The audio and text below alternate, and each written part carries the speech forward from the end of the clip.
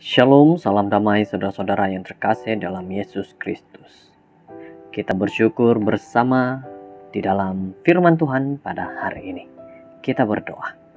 Tuhan kami di sorga, kami ingin memulakan firman Tuhan hari saat ini dengan doa. Biar Engkau memberkati, Engkau melindungi kami pada saat ini. Terima kasih dalam nama Yesus Kristus. Amin. Judul daripada firman Tuhan pada saat ini adalah Jauhilah. Dan ayat renungan di dalam 1 Korintus 6 ayat 18. Jauhilah perbuatan cabul. Dosa lain tidak dilakukan terhadap tubuh sendiri, tapi seorang yang melakukan perbuatan cabul berdosa terhadap tubuhnya sendiri. Dalam petikan ini, Paulus menggesa kita untuk menjauhi perbuatan cabul. Tidak ada yang pasif mengenai ajarannya ini. Paulus tidak berkata, bangunlah dan berjalanlah menjauhinya. Dia memerintahkan kita untuk jauhilah perbuatan cabul. Ia adalah imperatif. Dan Paulus tidak sendirian dalam menjadikan kesucian seksual sebagai satu prioriti tertinggi bagi umat percaya. Semua para rasul berkongsi kebimbangan yang sama, dan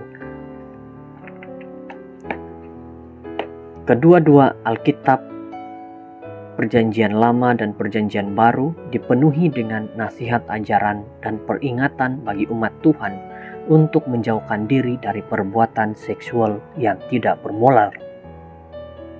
Masih ingat cerita mengenai Yusuf yang melayani di rumah Potifar? Pemuda ini ditekan secara serius oleh istri Potifar untuk mempunyai hubungan sulit dengannya. Tetapi tekadnya adalah teguh. Bagaimanakah mungkin aku melakukan kejahatan yang besar ini dan berbuat dosa terhadap Allah? Pada suatu hari, istri Potifar memastikan bahwa mereka bersendirian, lalu memegang dengan kasar baju Yusuf.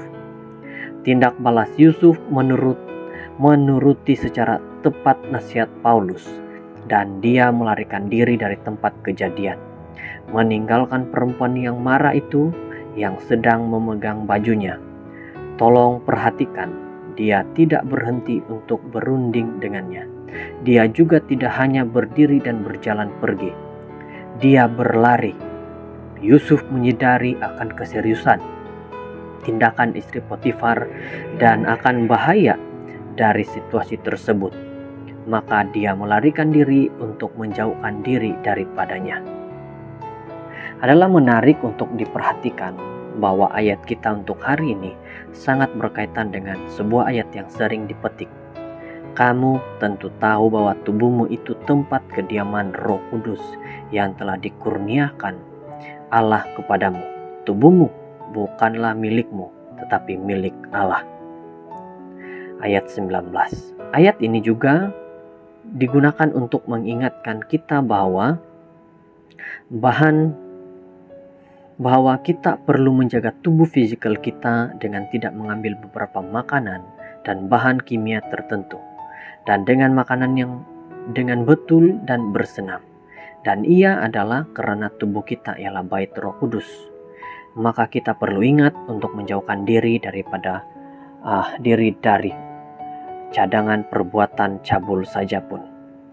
Hubungan seksual bebas dalam apapun bentuk, walau bagaimana halus pun ia kelihatan pada mulanya, ialah benar-benar hanya mengenai pemuasan diri sendiri.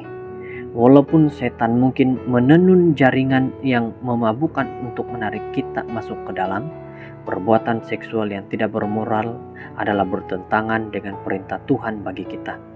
Dan itu untuk alasan yang baik. Apabila kita patuh kepadanya, kita memberi bukti mengenai anak-anaknya yang kekal murni dan bebas dari dosa. Itulah sebabnya mengapa Paulus tidak sekadar mencadangkan agar kita berhenti, melainkan memerintahkan kita untuk menjauhkan diri darinya. Bapa, semoga kami kekal suci, bukan saja untuk tidak berbuat dosa terhadap tubuh kami sendiri, tapi karena kami tahu Kami tidak mau mengkhianati kepercayaan orang lain dan berdosa terhadap Engkau.